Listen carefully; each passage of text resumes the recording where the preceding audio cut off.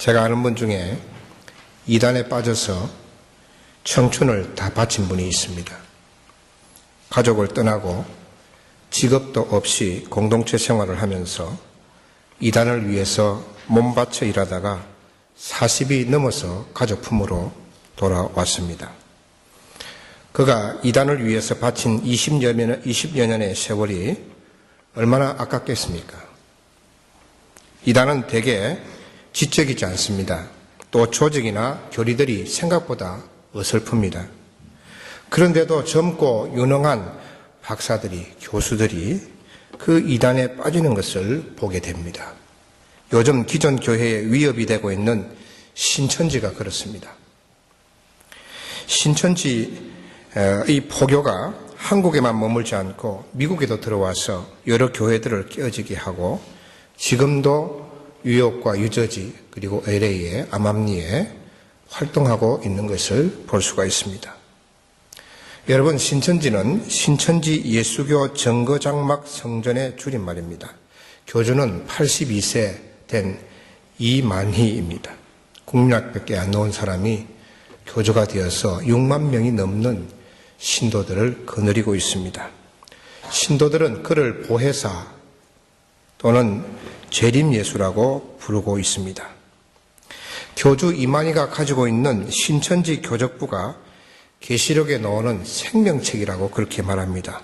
그래서 이 교적부의 생명책에 14만 4천 명이 채워지게 되면 신천지 신도들 모두가 육체적으로 죽지 않고 몸으로 영생해서 그때부터 천연 왕국이 시작된다고 황당한 그런 주장을 하고 있습니다. 그래서 그들은 어떻게 하든 이 14만 4천, 지금 6만 명 좀 넘으니까 아주 많이 멀었죠. 14만 4천을 채우기 위해서 온갖 방법을 동원해서 기존 교회에서 교인들을 빼앗으려고 하고 있는 것입니다. 이들이 기존 교회 교인들을 빼내려고 하는 것은 그들은 세상을 추수밭으로 생각하지 않고 기존 교회를 추수밭으로 보기 때문입니다.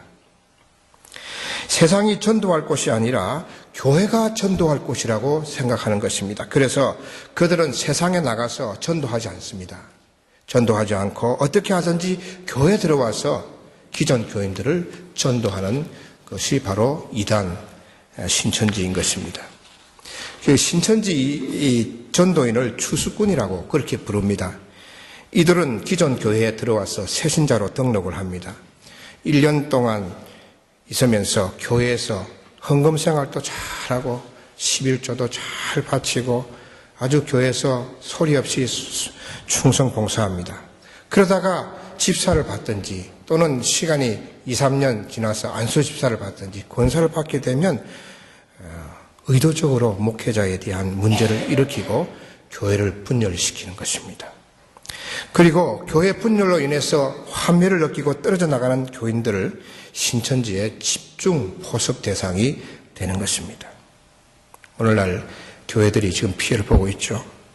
여러분, 이런 경우에 신천지인지 유의해야 합니다. 첫째는 누군가 교회에서 허락하지 않은 성경 공부로 유인하는 경우입니다. 어디 가서 성경 공부를 하자 하는 경우입니다. 두 번째는 대화 중에 우리 기존 성도들이 잘 사용하지 않는 그런 용어들을 많이 사용하는 사람, 의심해 보아야 합니다.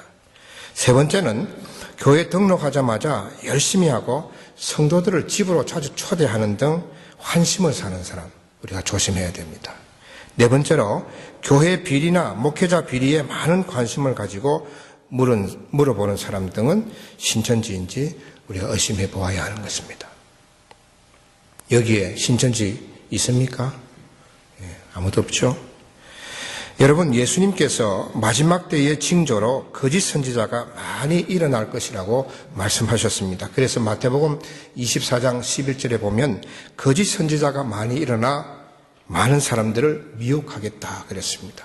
24장 24절에도 보면 거짓 그리스도들과 거짓 선지자들이 일어나 큰 표적과 기사를 보여 할 수만 있으면 택하신 자들을 미혹하리라고 했습니다. 예수 안 믿는 사람을 미혹하는 것이 아니고 예수 잘 믿는 사람들을 거짓 선지자들과 거짓 그리스도들이 미혹하게 된다는 것입니다. 오늘 말씀에서 사도 요한도 이렇게 말하고 있습니다. 지금은 마지막 때라 적 그리스도가 오리라는 말을 너희가 들은 것과 같이 지금도 많은 적 그리스도가 일어났다, 그렇게 말씀하고 있습니다. 적 그리스도는 그리스도를 대적하는 세력입니다. 거짓 그리스도, 거짓 선지자를 포함하는 이단들을 말하는 것입니다. 오늘 적 그리스도의 특징을 오늘 말씀에서 몇 가지를 살펴보면, 첫째는 19절에 보면 그들이 우리에게 나갔으나 우리에게 속하지 아니하였다 그랬습니다. 우리에게 나갔다는 것은 우리에게 있었다는 소리입니다. 우리에게 잘 있다가 나갔다는 것입니다. 교회 안에 교인으로 있다가 집사로 있다가 나갔다는 것입니다. 겉으로는 교인인 척 했지만 실제는 교인이 아니었던 것입니다. 여러분, 사도행전의 6장에 보면 초대교회 7집사가 나옵니다. 그 맨 마지막에 니골라라고 하는 안수집사가 있는데, 그 안수집사가 나중에 니골라 당이라고 하는 당을 만들어서 이단으로 빠져버렸습니다. 안수집사 중에 한 명이 이단입니다. 그래서 그 교회 안에 있다가 교인인 척 하다가 나중에 본색을 드러내게 된 것입니다. 여러분, 전도관의 교주였던 박태선, 지금은 오래전에 죽었습니다마는 그는 교회 장로였습니다. 통일교 교주 문선명도 기존 교회에서 신앙생활을 했던 사람입니다. 지금 이단들은 다 교회에서 출발한 자들이었습니다. 그러다가 이단이 된 것입니다. 그러나 그들이 다 교회에서 신앙생활을 했지만은 엄밀히 따져서 그들은 신앙의 사람이 아니었던 것입니다. 딴 생각을 가지고 있었던 것입니다. 두 번째로 적 그리스도는 거짓말하는 자입니다. 22절에 보면 거짓말하는 자가 누구냐? 예수께서 그리스도이심을 부인하는 자가 아니냐? 적 그리스도는 거짓말하는 사람입니다. 여러분, 신천지는 전도 대상에게 접근할 때 철저하게 거짓말을 사용합니다. 거짓말을 우리는 이건 죄구나, 비윤리적인 것이구나, 우리가 생각을 그렇게 하지만은 이 신천지 사람들은 거짓말을 이건 지혜다, 이건 모략이다, 설기라고 생각을 합니다. 그리고 그들은 교인 빼가기를 도둑질 당한 우리 밭에 우리 것 찾기라고 주장하면서 거짓말을 아무런 끄리낌 없이 하면서 그것을 오히려 뱀 같은 지혜라고 그렇게 말합니다. 예를 들면 내가 어제 꿈을 꾸었는데 자매님 비슷한 사람을 보았습니다.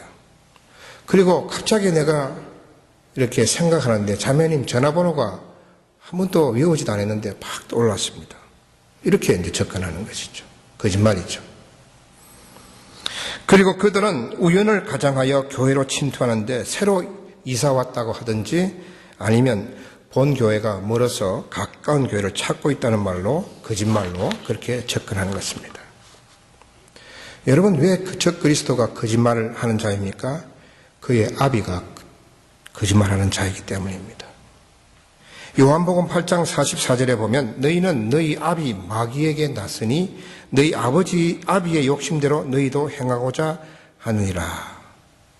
그는 처음부터 살인한 자요 진리가 그곳에 없으므로 진리에 서지 못하고 거짓을 말할 때마다 제 것으로 말하나니 이는 그가 거짓말쟁이요 거짓의 아비가 되었습니다. 마귀는 거짓말쟁이고 거짓말의 아버지입니다. 그래서 그 자식들은 다 거짓말쟁이죠.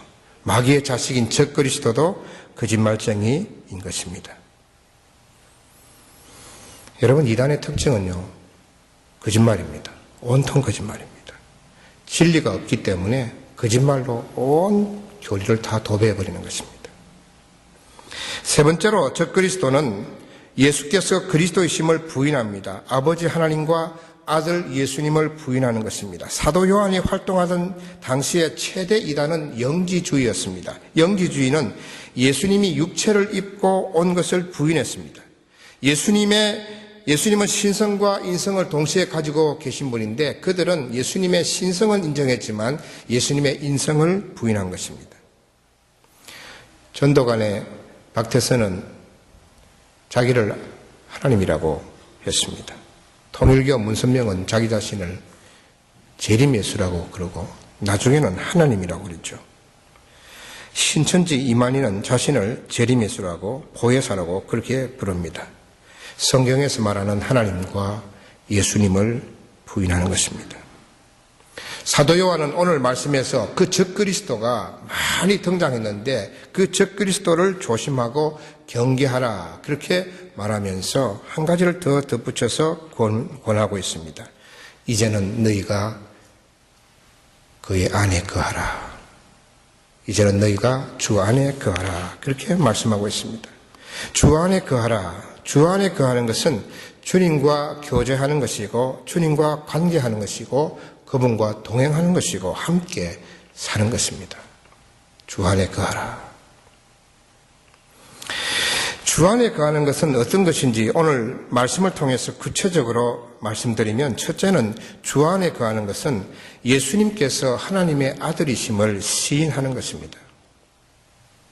24절 말씀에 보면 너희는 처음부터 들은 것을 너희 안에 거하게 하라. 처음부터 들은 것이 무엇이냐면 아들을 시인하는 것입니다.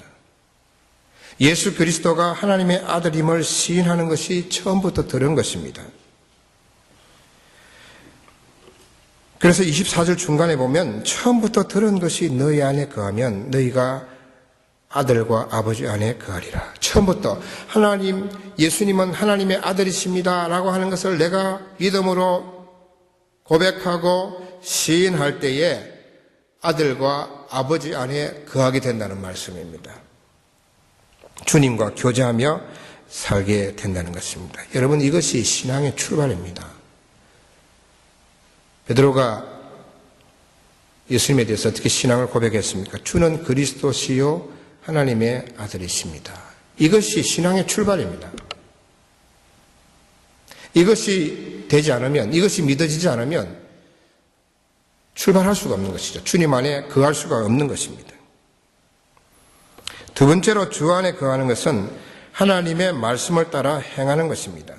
요한복음 10장에 보면 내가 아버지의 계명을 지켜 그의 사랑 안에 거하는 것 같이 너희도 내 계명을 지키면 내 사랑 안에 거하리라. 예수님께서 하나님의 계명을, 하나님의 말씀을 지켜서 하나님 안에 거하듯이 우리도 예수님의 말씀을 지키면 예수님 안에 거하게 된다 하는 그런 말씀입니다.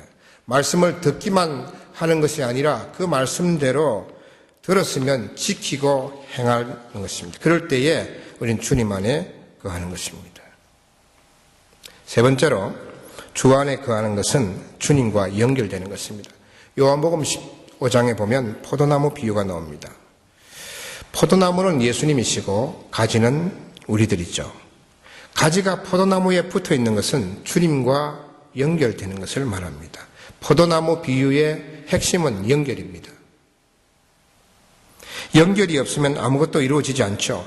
전기 제품이 전기에 연결되지 않으면 작동이 될 수 있습니까? 아무리 좋은 제품, 우수한 제품, 비싼 제품이라 하더라도 전기에 연결되지 않으면 그 제품은 무용지물입니다. 마찬가지로 우리가 그리스도인이라고 하면서 주님과 연결이 없으면 그리스도인으로서의 의미가 없는 것이죠. 알맹이 없는 껍데기만 남는 그리스도인이 되는 것입니다. 표면적 유대인, 이면적 유대인이 아니라 표면적 유대인, 내면적 그리스도인이 아니라 겉껍데기 그리스도인이 되는 것입니다. 여러분, 요즘 CQ라는 말이 있습니다. 이전까지는 IQ가 중요했죠. 그 다음에는 IQ보다는 EQ, 요즘은 CQ라고 합니다. CQ가 뭐냐면은 소통지수입니다. 소통지수. Communicating, 소통한다는 것이죠. 소통지수를 지금 소통지수가 대세입니다. 사람과 사람 간의 연결에서 중요한 것은 소통하는 것입니다. 그 사람과 연결되었다 하더라도, 그 사람과 교제하고 있다 하더라도 소통이 없으면 진정한 의미에서 교제가 아니고 연결이 아니죠. 우리가 부부로 결혼을 했습니다. 같이 살아가고 있습니다. 그 부부가 같이 살아갈 때에 서로 소통이 없으면 부부라고 할 수가 있겠습니까?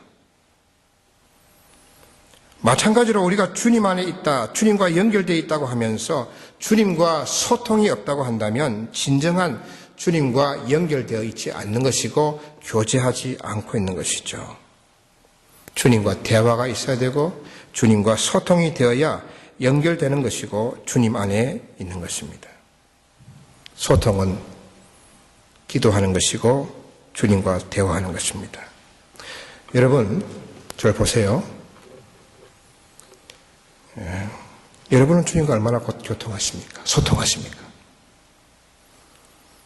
주님과 소통지수, EQ가 높아야 합니다. 그래야 주님 안에 있는 것이고 주님과 깊은 교제 가운데 있는 것입니다.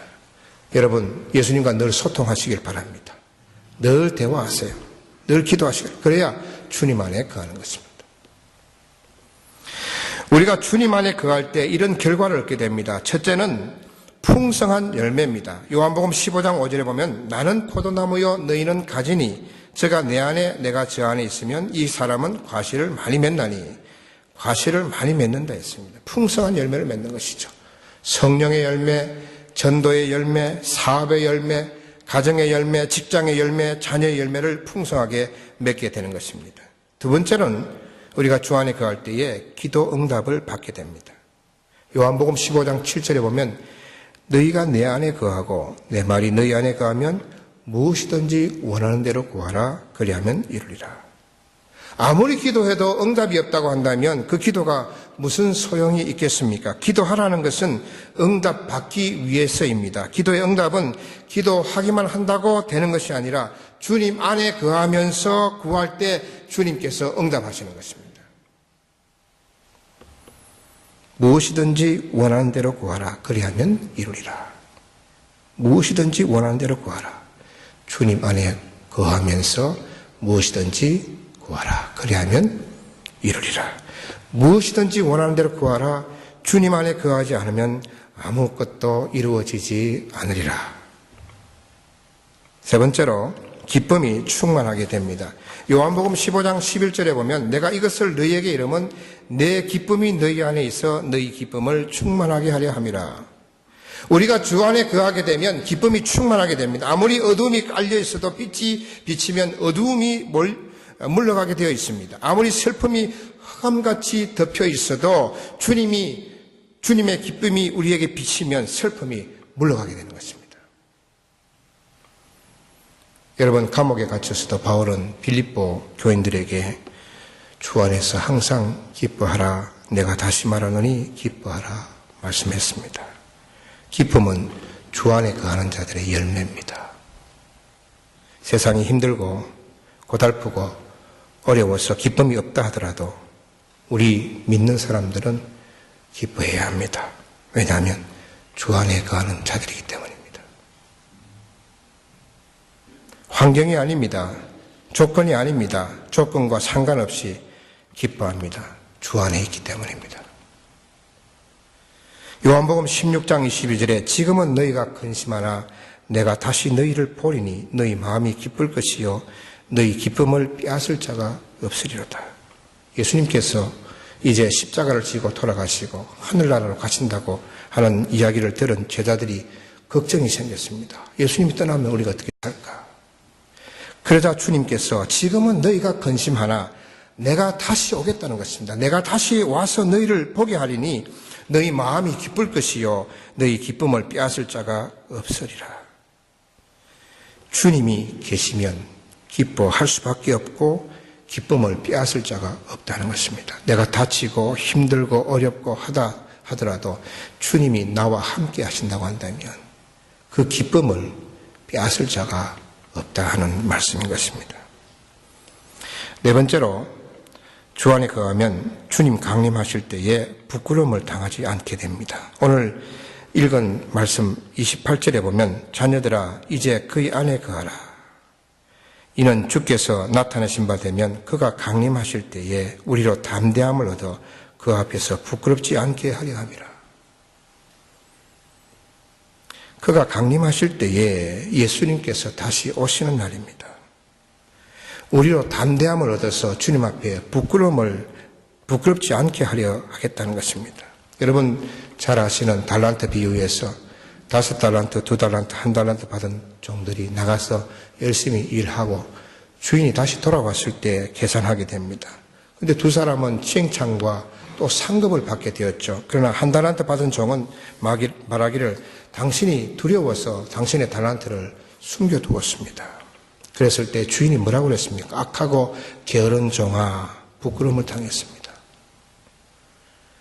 여러분, 우리의 성부처는 사실 이 세상이 아니죠. 우리의 성부는 이 세상에서 끝나지 않습니다. 우리 성부는 주님 앞에서 끝이 납니다. 주님 앞에서의 나에 대한 평가가 최종 평가입니다. 지난 토요일 날 제가 그런 이야기를 했습니다만은 한국 교회의 문제를 세속화라고 진단하고 있습니다. 한국 교회가 세속화되어서 물량주의에 빠져서 어떻게 하든 크게 하고 더 많이 하고 그렇게 하다가 세속화에 빠져서 전도의 문이 닫히고 선교의 열기가 식어졌습니다. 한국에서 오신 목사님이 그러더라고요. 선교가 반으로 줄었답니다. 반토막이 났답니다. 우리 이민교회는 어떻습니까? 지난 토요일에도 말씀했지만 이민교회 문제는 분쟁입니다. 끊임없이 분쟁합니다. 끊임없이 갈등과 분쟁으로 인해서 나누어지고 또 교회가 사라집니다. 그래서 교인들이요 떠돌아다닙니다. 한 곳에 정착하지 못하고 여기 갔다가 저기 갔다가 이렇게 떠돌아다닙니다. 전도의 문이 닫히고 선교에 여력이 없습니다. 한국 교회나 이민 교회가 이렇게 계속하다가는 주님 앞에 당연히 부끄러움을 당할 것입니다. 저도 거기에 핵심 중에 한 사람입니다. 저도 그 중심에 있습니다. 여러분, 우리가 회개하고 정신 차려야 합니다. 정말 회개해야 됩니다. 사랑하는 성도 여러분, 우리 모두는 주님 앞에 서게 될 것입니다. 저는 오늘 우리 예배당에 참석한 우리 모든 성도들 한 사람 예외 없이 다 주님 앞에 섰을 때에 부끄러움을 당하지 않기를 진심으로 바랍니다. 주님 앞에 섰을 때에 담대하게 주여 5달란트를 남겼습니다. 2달란트를 남겼습니다. 이렇게 담대하게 말할 수 있는 저와 여러분 되시기를 바랍니다. 그러기 위해서는요, 주님 앞에 거하셔야 돼요. 주님 앞에 거하는 것, 주님 안에 거하는 것은 예수님이 하나님의 아들임을 시인하는 것입니다. 날마다 주는 그리스도시요 살아계신 하나님의 아들입니다라고 하는 것이 내 입에서 계속 나와야 하는 것이죠. 그것이 주님 안에 거하는 증거입니다. 두 번째는 말씀대로 행하는 것입니다. 말씀만 열심히 듣는 것이 아니라 그 말씀대로 내 삶에 하나라도 지키려고 애쓰고 힘쓰는 것입니다. 그리고 세 번째로는 늘 주님과 소통하는 것이 주님 안에 거하는 것입니다. 요한복음 15장 11절에 나는 포도나무요 너희는 가지니 그가 내 안에 내가 그 안에 거하면 사람이 열매를 많이 맺나니 나를 떠나서는 너희가 아무것도 할 수 없으니라. 나를 떠나서는 내 안에 거하지 않고서는 너희 인생은 아무것도 아니다 말씀하고 있습니다. 사랑하는 성도 여러분, 주님 안에 거하시기를 축원합니다. 기도하겠습니다.